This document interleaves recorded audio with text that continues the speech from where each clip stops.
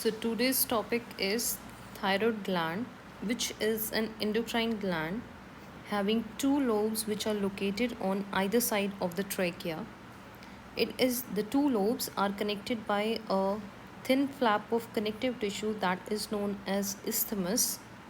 Thyroid follicles contain two parts, follicular part and stromal tissue part. The follicular part has follicular cells which secrete T4 and T3, and T4 is known as thyroxine hormone and T3 is known as triiodothyronine.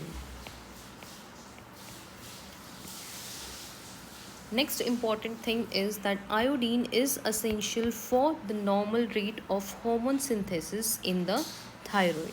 If the iodine is absent or decreased in our meal, then there is chances of hypothyroidism in a person. What if and due to hypothyroidism there is an enlargement of thyroid gland? So what basically is that thyroid gland is secreting less thyroid hormone. So what our gland will do, that it will increase its size so that the more iodine it can accept, so the size will be increased.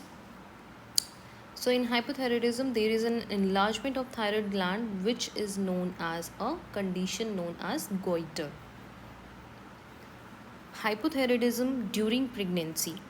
What if there is hypothyroidism during pregnancy? There will be defective development and maturation of growing baby, which will result in stunted growth, that is known as cretinism, and there will be mental retardation. There will be low IQ in that baby, abnormal skin of that baby, and he will be or she will be deaf mutism. Next is, what if there is hypothyroidism in adult women? So the main effect is on the menstrual cycle. It will become irregular if a woman is having hypothyroidism. What is known next condition is hyperthyroidism. What is hyperthyroidism? Hyperthyroidism is that there is increased thyroid hormone secretion. Why there is increased thyroid hormone secretion? So there are two causes which cause the increased secretion of thyroid hormones. These are cancer of thyroid gland and nodules of thyroid gland. What is euthelmic goiter or Graves' disease?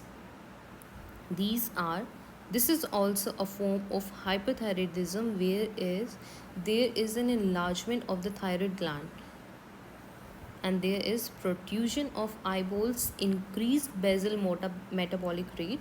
Thyroid hormones regulate the basal metabolic rate. So increase in thyroid hormone will result in increased basal metabolic rate, and due to hyperthyroidism there is weight loss. So a person is having a weight loss during the months, so we can diagnose him as a case of, there are other causes of weight loss. One of the causes hyperthyroidism. We will check his or her thyroid levels, T4, T3 and TSH. Next is function of thyroid hormone. Function of thyroid hormones are, first, the main thing is it will regulate the basal metabolic rate. Next is RBC formation. Next is metabolism of carbohydrate, protein and fats. Next is maintenance of water and electrolytes. You have heard that in hypothyroidism there is myxedema, the collection of water under the skin. Next is thyroid gland also secrete thyrocalcitonin, which regulate the blood calcium levels. Next is parathyroid gland. Parathyroid glands are 4 in number. Its location is they are present on the back side of the thyroid gland, and one pair each is present in the back side of the thyroid gland. Hormone secreted by parathyroid gland is parathyroid hormone, which is an hypercalcemic hormone. Why it is known as hypercalcemic? The word hyper means increased and calcemic means calcimi, means calcium, and the word Mic or Mia, it means blood. Okay, so hypercalcemic, hyperkalemia, the word you have heard, hyperkalemia. So hyper means increased, kalemia means calemons, potassium, and mia means blood. Okay, so hypercalcemia means increased calcium in blood. What is the function of parathyroid hormones? So first thing is it is an hypercalcemic hormone, means that it will increase the calcium level in blood. So how it will increase the calcium level in blood? It will act on three organs. What are the three organs? It will act on bone, it will act on the nephrons, and it will act on the GIT. In bone, it causes bone resorption. So there is bone resorption, that means calcium will move from bone to the blood.